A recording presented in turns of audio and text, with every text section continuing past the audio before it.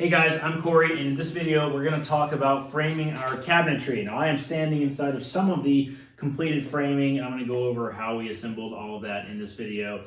Now I do have another video all about aluminum extrusion itself, right? All the attachments, all the framing. I'll be sure to link that in the description below, so go check that out. It's kind of a longer video, but I had to learn a whole lot about this stuff before I was comfortable building my cabinets out of it. So without further ado, let's dive in.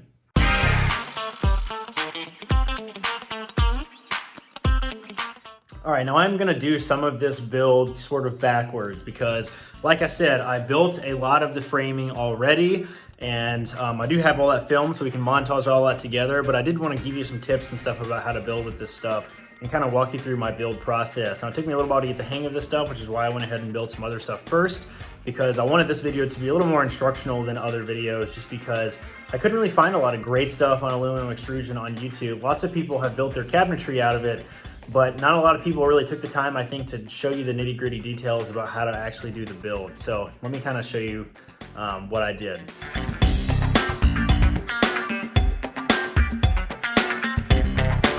All right, so let me show you how I saved a bunch of money. So you lose all your money using aluminum extrusion with the brackets, right? The aluminum itself is not that expensive. You really lose all the money with buying the angles and the attachments and the things that you attach the stuff together with, right? So what I'm doing is I'm making my own little angle brackets, right, out of just angled aluminum. So I got these pieces of angled aluminum at Lowe's for like 20 bucks a piece, so like come in 8-foot pieces.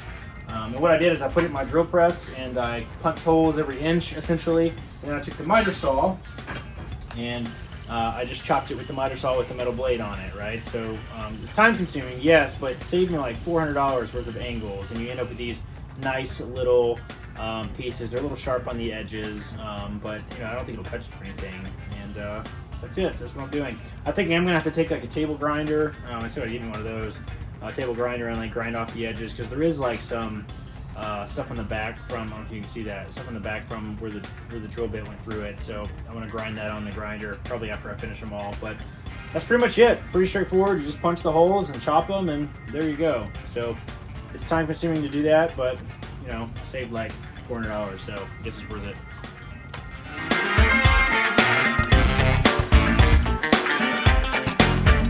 All right, so this is a moment that I've been looking forward to for a really long time, where I can finally start working on the aluminum extrusion cabinetry. I've got all the aluminum laid out. It's all nicely organized by size. I got all my brackets and attachments over there, including the ones that I made. And then over here, I have my Google SketchUp, like the layout and everything all ready to go, so I can get started building. So let's do it. Let's build some cabinetry.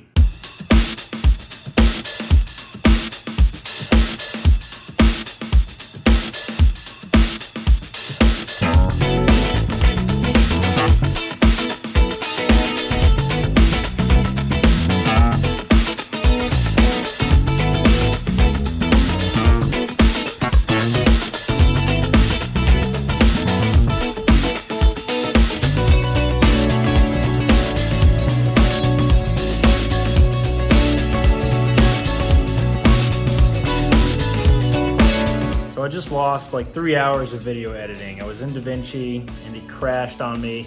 It's the first time I've used it on my desktop. I've only ever used it on my laptop. And apparently autosave wasn't turned on. So, no big deal. Just lose like 3 hours worth of work. So that's great. So I'm kind of ticked. So I'm gonna come work on something else instead for a while. And let me show you what we did. So the other day I built this one, but I wasn't really satisfied with the brackets that I made. And they're kind of flimsy, which kind of sucks. I mean, maybe if it wasn't weight bearing, it wouldn't be that big of a deal, but they are weight bearing in like the seats and stuff. So I bought these little brackets on Amazon. They were a pretty good deal. I'll make sure I link all this below. And I'm probably gonna do a full video all about how to do aluminum extrusion. I'll definitely do a write-up if nothing else. So these are small. I think it's the 20 series, that's the 30 series next to it. It's really big, it's way too big. But these are small and they're really tough, so I think this will be better weight bearing. So I'm going to use these to assemble the framing with.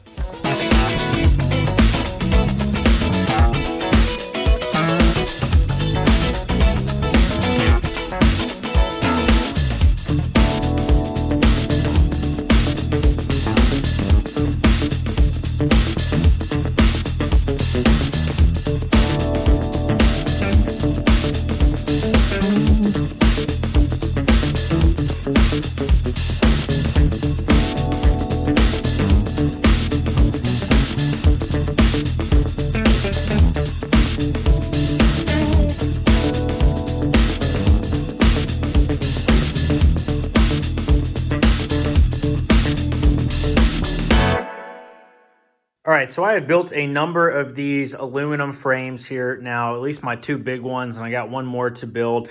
And I thought it would be useful to maybe give you some tips about how I've been working with the stuff, because I do have my head wrapped around it at this point. So let me show you these tips, and I hope they help you. And if they do, let me know in the comments.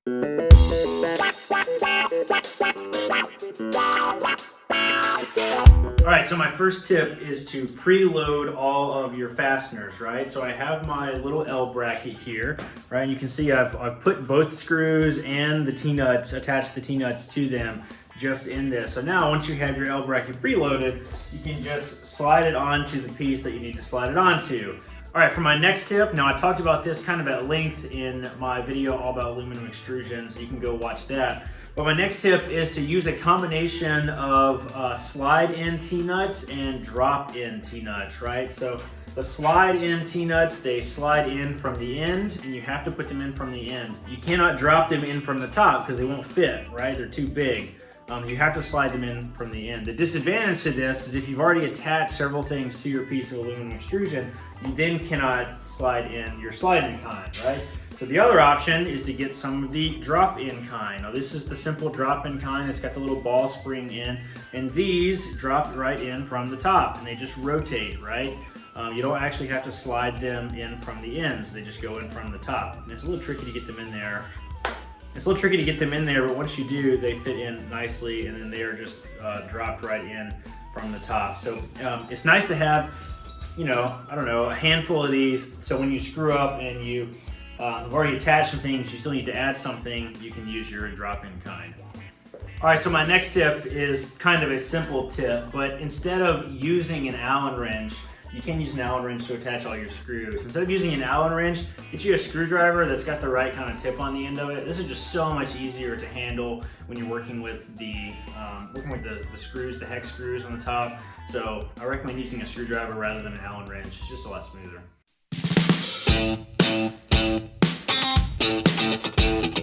So I am starting with my design in Google SketchUp, and I've already built these 2 big pieces here. Those are behind me. So now I'm gonna build this piece, which is gonna hold a refrigerator, and it's got some shelving in it. You can see that I've got all the dimensions laid out in here, and I've color coded it, and I've already sorted out all of my aluminum extrusion too. This is what I have left to build with, and it's all sorted by size and that sort of thing, just so I can easily get to it. Now, the first thing I'm gonna do is just look at my pieces here, and I'm just gonna pick a couple to go ahead and start. Okay, so I'm just gonna take a couple of my pieces and we're gonna build from the ground up. So I'm gonna grab some of these down here so I can at least get some pieces that can stand alone by themselves together. So let's start with building maybe this corner over here. Okay, so I'm really trying to use as many slide-in Tnutz as possible because, for one, they're a lot cheaper, and any drop-in Tnut that I don't use I can return, right, because they're pretty expensive. So I'm trying to use the slide-in Tnuts when I can, which requires a little extra thinking. You know, kind of what I start to do is when you are picking some parts to design, you have to really get your head wrapped around all the different pieces that you're going to attach to it. So I'm looking at these pieces down here, and because I'm starting, there's a little bit less of a risk, but as you build more into it, you got to really make sure you're thinking about all the pieces you have to attach. Otherwise, you're going to be using a lot of drop-in Tnuts because you forget to do things. So I'm going to start by preloading these and go ahead and attach these together. Now, when you go to attach these, you want to make them snug enough so where they won't slide around, but also loose enough that you can move them without enough force, right? You don't want to make them so tight that you can't move them around. But you also don't want them so loose that they slide all over the place when you're moving things around. So I put it on just snug enough that it's sort of locked into place, and that's really it. All right, now that I got my vertical piece done, I'm going to go ahead and attach my horizontal piece. Lots of jiggling, moving things around. Then I like to set it on a flat surface in order to get it all lined up. All right, now that I got that one done, I'm going to repeat it on the other side. All right, so now we got our first pieces assembled, so we have a freestanding unit, which is super helpful and much easier to work with. So now the next step is to really, that's what I was really talking about, you have to really think about what pieces you're going to have to attach. All right, so when I say you really have to think about what pieces you're going to attach, what I mean is you really have to think about the brackets that you're going to have to use. So we have just done this vertical piece, this horizontal piece, and this horizontal piece. And before we attach a top piece, which will lock all of the channels, right? Because once you put this top piece in, you cannot slide brackets down on this piece of aluminum. So we have to really think about all the pieces that we're going to use. So let's look at this. So we got this orange one here and this orange one there. Both of these are going to need brackets. So we're going to need 2 brackets on that side, on this side that we just did. And we have this piece here and we have this blue piece here. So we're going to need 2 brackets, 1 and 2 on this piece as well. So you just have to really think about all the different angles that you're going to need. And in this case, we're going to need 1, 2, 1, 2, and then 1 and 2. All right, so I'm going to go ahead and add those that I just talked about. 1. Here is 2. Then on the outside, we got 1, 2 as well. So let me go ahead and do that. 1 and 2. All right, so that is the basic formula. You just got to make sure you're thinking about all the pieces you have to attach. And once you've really thought it out, you just build it. So let's go ahead and build the rest of this base box here, and we will add the shelves on afterwards.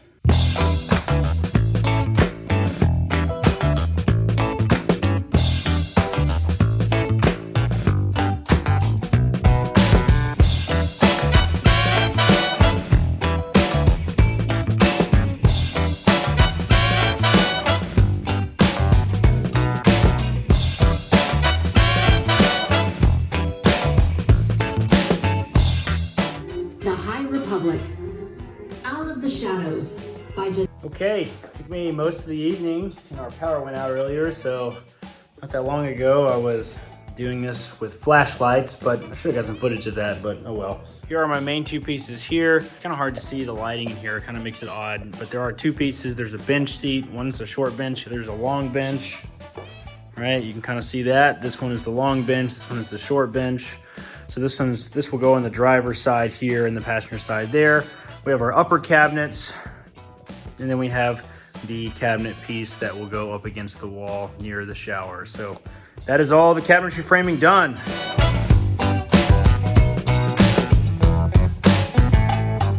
Okay, so I apologize, I didn't get a lot of good film of this.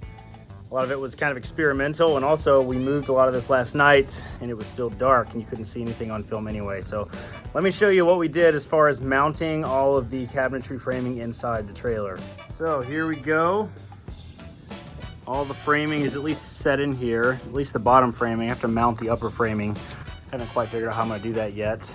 Let me give you the tour. So first off, we have this piece next to the entryway.